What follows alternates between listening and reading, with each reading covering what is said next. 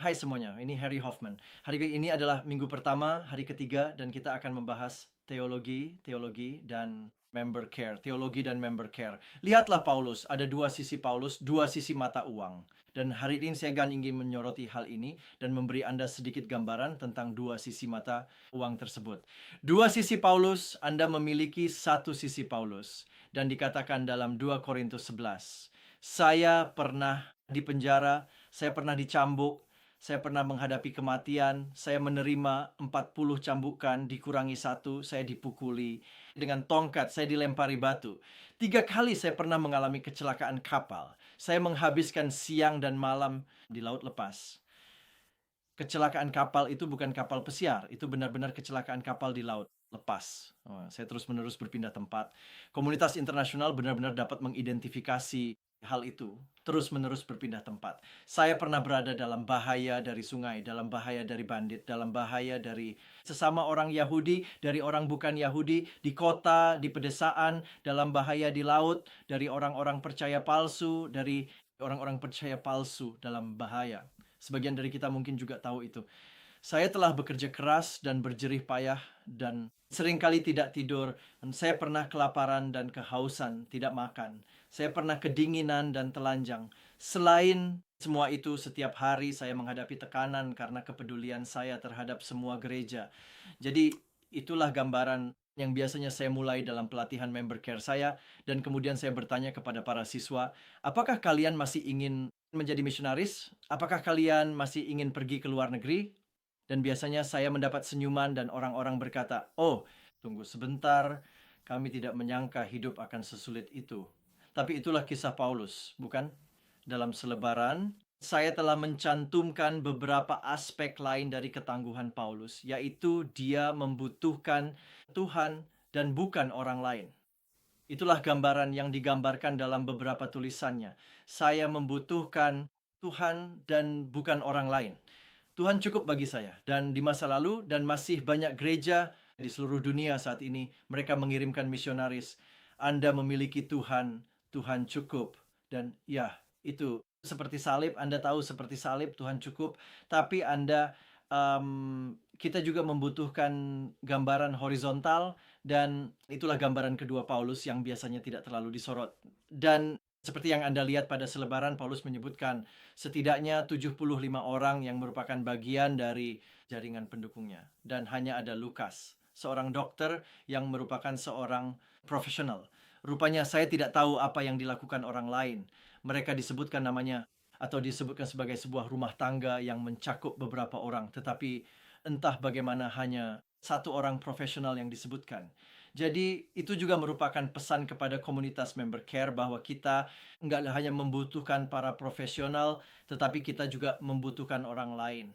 Jadi apa yang ia katakan dalam tulisannya, mereka menghiburku, mereka menyegarkan jiwaku, mereka tidak merasa malu dengan belengguku ini. Mereka telah menjadi penolong bagi banyak orang, termasuk juga bagiku sendiri. Mereka mengabdikan diri untuk melayani umat Tuhan. Mereka menyediakan apa yang kurang. Mereka menyegarkan jiwaku. Aku terhibur. Mereka yang engkau utus untuk mengurus kebutuhanku. Nah, itulah dua sisi Paulus, dua sisi Paulus. Si tangguh, si penyendiri. Aku bisa melakukan ini sendiri dan kurasa seiring bertambahnya usia, datang pula kebijaksanaan. Ketika saya berusia 28, 29, 30 tahun, saya membutuhkan Yesus dan bukan orang lain. Saya bisa melakukan ini, saya bisa melakukan ini, saya bisa melakukan ini dengan Tuhan, dan Tuhan akan menyediakan kebutuhan saya. Tuhan selalu ada, Tuhan melindungi saya kemanapun Dia mengirim saya. Dan sekarang saya berusia 53 tahun, dan saya menyadari bahwa saya sebenarnya membutuhkan dukungan. Saya membutuhkan struktur pendukung. Saya membutuhkan bantuan. Saya membutuhkan teman-teman yang tidak ingin saya bekerja, tetapi yang tertarik pada jiwa saya, kesejahteraan saya, tidur saya, dan lain-lain. Bagaimana kabarmu, Harry?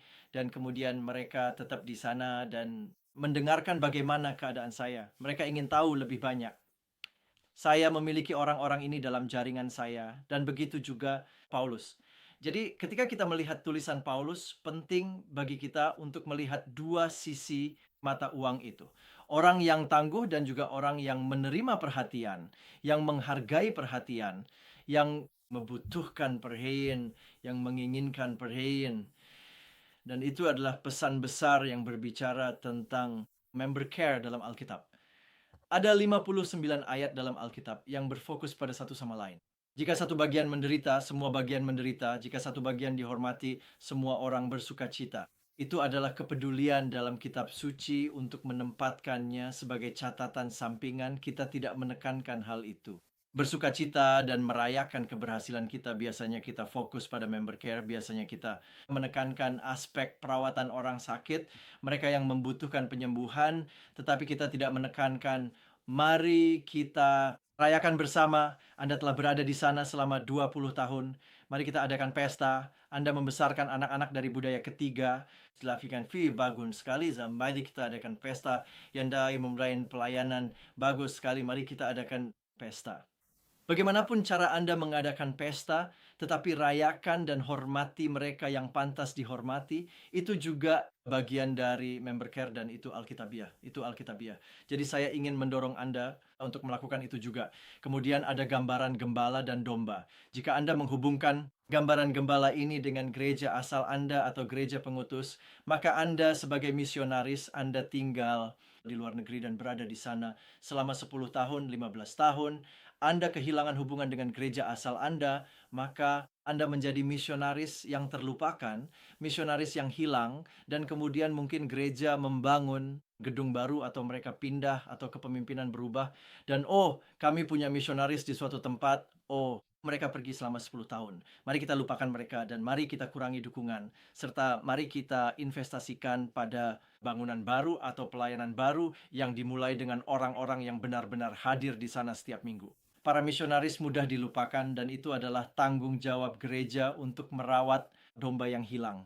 Bahkan jika mereka hilang selama 10 tahun dalam arti berada di luar negeri, mereka tidak boleh hilang, mereka tidak boleh dilupakan, mereka harus dimasukkan dalam 100 orang. Gembala memiliki tanggung jawab untuk memperhatikan 100 orang. Dan poin terakhir saya adalah gambaran tentang perintah agung dan amanat agung. Amanat agung mengatakan, karena itu pergilah dan jadikanlah semua bangsa muridku. Pergilah, pergilah. Di situ ada tindakan pergilah dan perintah agung yang beberapa bab sebelum amanat agung. Amanat agung adalah Matius 28, perintah agung adalah Matius 22, dan perintah agung adalah kasihilah Allahmu dengan segenap akal budimu, hatimu, dan jiwamu, dan kasihilah sesamamu seperti dirimu sendiri. Allah, sesama, diri sendiri. Pergilah ke seluruh bangsa. Jadikanlah semua bangsa muridku. Kasihilah Allah, kasihilah sesamamu, kasihilah dirimu sendiri. Itu bukanlah dua hal yang berbeda seperti halnya Paulus satu ditambah yang lain. Baiklah, salah satu atau yang lain, satu dulu yang lainnya. Sisi lain dari koin itu adalah mengasihi Tuhan sesama dan diri sendiri. Itulah dasar Alkitabiah untuk member care. Baiklah, itu saja untuk hari ini. Saya akan memulai diskusi di grup Facebook, tempat kita dapat berbagi berbagai ayat Alkitab alternatif yang berfokus pada kepedulian. Dan dengan begitu kita semua dapat berkontribusi pada kekayaan sumber daya dan dasar-dasar Alkitabiah untuk pelayanan yang kita terlibat. Besok saya akan membahas berbagai tanggapan terhadap kebutuhan, berbagai tanggapan dalam hubungan kita dengan Tuhan. Saya berharap dapat bertemu Anda besok. Sampai jumpa.